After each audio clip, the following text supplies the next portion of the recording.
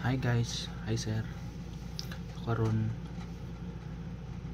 mag-usar ako kay wala man ko'y experience sa earthquake diri sa Bohol kay tuaman ko sa Samar. Ang experience na lang is share na experience na lang is na Typhoon Yolanda. Hi guys, welcome to my vlog. My name is Glenn Angelo Eyasoy. Good morning. Today mag sultita sa atong experiences about sa earthquake sa Bohol kadtong 2013. So karon wala ko'y masulti ana experience kay to ako sa Samar, pero akong isulti nga experience karon is about the Typhoon Yolanda. So stay tuned sa akong story nga ihatag karon.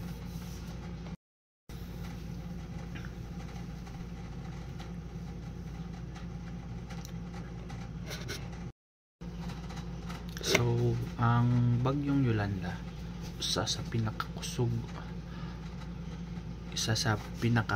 ug isa sa maituturing nga kinakusgan nga bagyon ni tugpa sa kalibutan. Kining bagyoha buntag ni landfall, which is sa Tacloban, which is sa Eastern Samar, like that, Giwan, like that.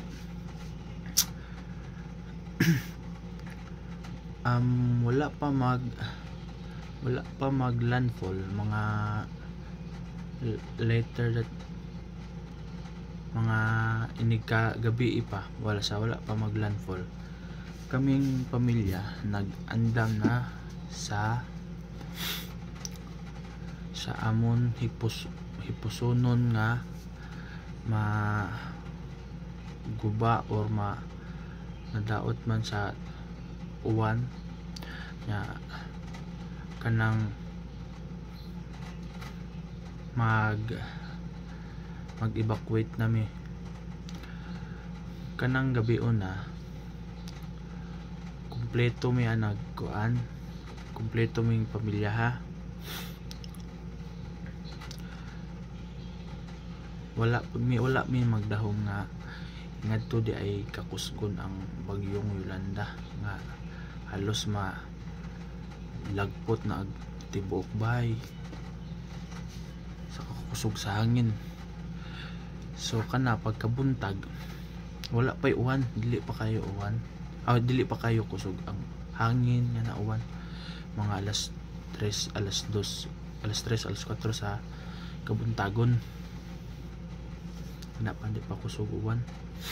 Sa pag abot sa alas 6 to alas 7 diha na nagsugod ang walay hunong nga uwan hangtod sa ni apil ang hangin ug uwan nag-uban na sila.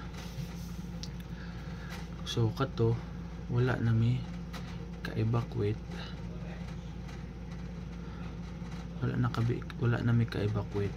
pero among actually among lugar is mala ng among lugar is dili apil sa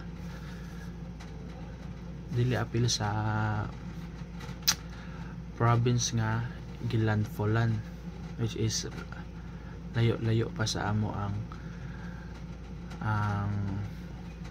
eye of the typhoon.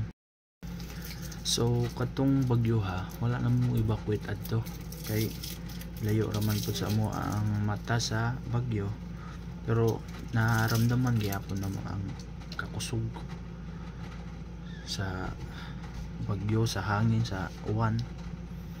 Motong andam ramig mga kuan kanang mga pagkaon ba nga pwede ra mada bisag asa nga buntag buntag to November 8 nahitabo ang bagyo buntag. So inig kahitabo na sa bagyo dito rami basa mi tanan, nanay bubong nga nanay atop nga tangtang na gamit mga gamit na basa na nga na. So katong bagyo ha, daghan tawad to nga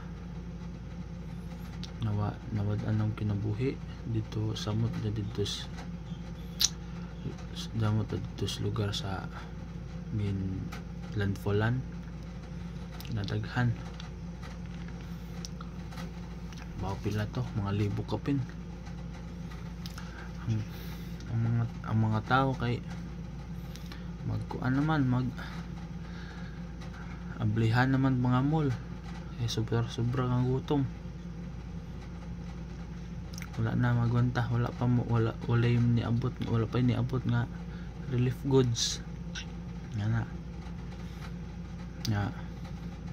inig kahuman ato bagyo sa amo madara man amo wala raman may kapit tugod, wala man may ka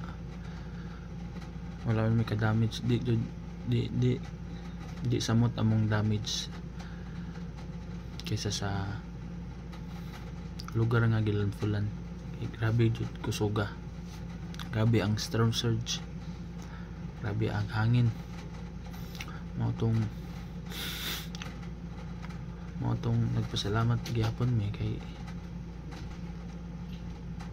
safe kami tanan pamilya. Pero siyempre luoy gihapon tong mga uban pamilya nga nabad-an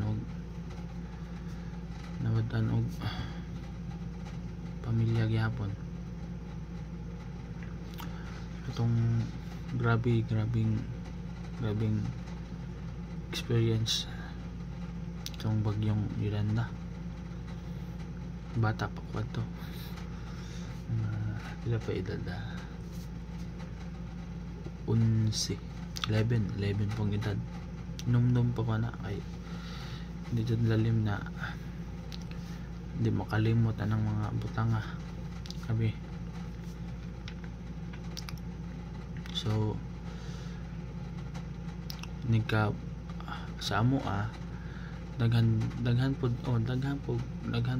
puno, mga punuan na tumba, mga postingan na po yung mga casualties sa mga, pero di pareha sa Tacloban sa Eastern Samar nga grabe jud nga kusuga. So mao tong experience. So mo ni akong gi-share nga experience sa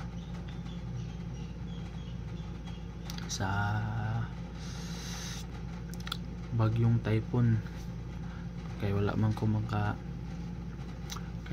diri sa pagkuan pod pag earthquake sa Bohol, ito mo kasama.